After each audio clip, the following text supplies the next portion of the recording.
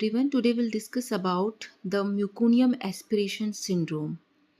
So, what is the introduction of meconium? The first intestinal discharge from newborns is meconium, which is a viscous dark green substance composed of intestinal epithelial cells, laryngos, mucus and intestinal secretions. तो म्यूकोनियम होता क्या है? जो babies हैं, foetus है, newborn's का जो viscous dark green colour का फीकल मटेरियल हम इसे कह सकते हैं।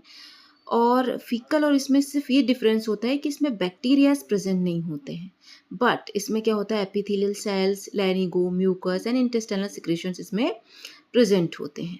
Meconium is typically passed for 2 to 3 days after birth. तो ये बर्थ के 2-3 दिन बाद ये पास होता है, बट एनी डिस्ट्रेस ये म्यूकोनियम में ही पास हो सकता है। Sometimes the fetus passes the meconium while it is still in the वॉर्म। तो यदि कोई डिस्ट्रेस है, प्रोलॉन्ग लेबर है, तो ये पास हो सकता है। Intestinal secretions, mucosal cells, and solid element of solute amniotic fluid are the major solid constituent of meconium.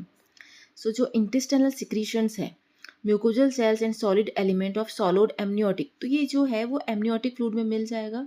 उससे क्या है कि यदि बेबी इनहेल करता है उसे, तो उसके लंग्स में जाने का खतरा रहेगा और उसके लंग्स में एल्वियोलाई को ये ब्लॉक कर सकता है और बेबी डिस्ट्रेस में जा सकता है। So meconium aspiration syndrome, meconium trachea, wind pipe and meconium in lungs, यदि लंग्स में पहुंच गया तो ये बहुत ही खतरनाक हो सकता है। डेफिनेशन क्या है? Meconium aspiration syndrome is a respiratory distress in a newborn who has breathed aspirated meconium into the lungs before around the time of birth. So this is the definition. Meconium aspiration syndrome is a respiratory distress in newborn. ये respiratory distress है newborn में, जिसमें कि क्या होगा, यदि inhale कर लेगा बेबी तो इसे ब्रीदिंग प्रॉब्लम होगी, लंग्स में यदि ये चला जाएगा तो बहुत ही खतरनाक स्थिति इसमें ये उत्पन्न हो सकती है। So this is the diagram, meconium aspiration syndrome. Incidents: a study conducted in Australia and New Zealand in infants who were intubated and mechanically ventilated with a primary diagnosis of meconium aspiration syndrome between 1995 and 2002 showed that meconium aspiration syndrome occurred in 0.43 of 1000 live birth. तो 1000 live birth में 0.43% ये होता है ये data. The possibility of inhaling meconium occurs in about 5 to 10% of birth के time ये 5 to 10% इसका data है। Not all infant with meconium aspiration will develop meconium aspiration syndrome. यदि म्यूकोनियम बेबी ने इनहेल कर लिया तो ज़रूरी नहीं है कि म्यूकोनियम एस्पिरेशन सिंड्रोम हो। सो हर बेबी को ये नहीं होता। Features of meconium aspiration syndrome develop immediately after birth only in 5 to 10% infant. Finding from a study at Manipal College of Medical Science, Pokhara, Nepal showed that incidence of meconium stand amniotic fluid was 13.97% and that of meconium aspiration syndrome was 8.57% हुआ है वहाँ पे। Most common and significant risk factor associated with meconium aspiration syndrome were increased gestational age, increased cesarean section and low Apgar score at 1 minute and 5 minutes. Causes: what is the causes? Hypoxia and distress baby, जैसे मैंने पहले बताया था, यदि prolong labour है और तो उससे क्या होगा, डिस्ट्रेस में जाएगा बच्चा। Meconium stain liquor uterine infection की वजह से हो सकता है। Difficulty during labour process. Factors that promote the passage of meconium in utero include the following: placental insufficiency, post dated pregnancy, maternal hypertension, pre-eclampsia, oligohydramnias, maternal drug abuse, especially of tobacco and cocaine, maternal infection, chorioamnionitis, fetal gasping secondary to hypoxia, fetal distress, inadequate removal of meconium from the airway prior to the first. So this is the causes. Pathophysiology क्या है? Physiologic passage of meconium stain amniotic fluid. यदि baby ने any distress में यदि म्यूकोनियम पास कर दिया, वो amniotic fluid में क्या होगा, मिल जाएगा। फिर वो क्या करेगा, aspiration after birth and aspiration in utero. तो दोनों कंडीशन हो सकती है, बर्थ के बाद भी और बर्थ के बाद तो नहीं, लेकिन ड्यूरिंग लेबर प्रोसेस यदि डिस्ट्रेस में है तो वो उन्हें इनहेल कर सकता है। तो उस पीरियड में क्या होगा, म्यूकोनियम जो लंग्स में चला जाएगा, एयरवे क्या होगा, उसके बाद ऑब्स्ट्रक्ट होगा एंड केमिकल निमोनाइटिस हो सकता है। इसमें 3 कंडीशन उत्पन्न होगी। पहले तो mild meconium aspiration syndrome, moderate and severe. So mild में हाइपोक्सीमिया और मॉडरेट में हाइपोक्सीमिया और hyper hyper apnoea and hypoxia hyper capnia acidosis, ये किस में होगा, सीवियर में होगा, सीवियर माल एब्जॉर्प्शन सिंड्रोम में होगा। तो this is the pathophysiology of mal absorption syndrome. Airway obstruction इस तरीके से हो सकता है इसमें। एंड ये this is the diagram of meconium syndrome, जिसमें कोलेप्स लंग कैसे कोलेप्स्ड होते हैं। क्लिनिकल फीचर्स में ये साइनोस हो जाएगा बच्चा, चूँकि ब्रीथ नहीं ले पाएगा अच्छे से। So this is the picture. History, presence of meconium in amniotic fluid, green urine may be observed in newborns with meconium aspiration syndrome less than 24 hours after birth. Meconium pigments can be absorbed by the lungs and can be excreted in urine.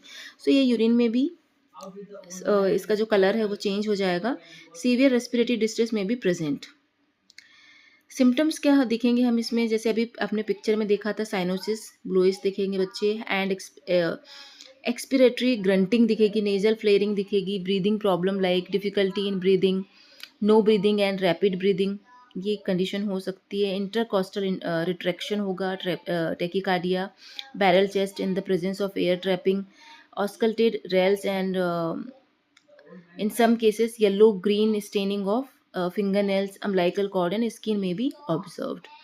Diagnosis, how to be diagnose malabsorption syndrome. High risk infant may be identified by fetal tachycardia, bradycardia or absence of fetal accelerations upon CTG in utero.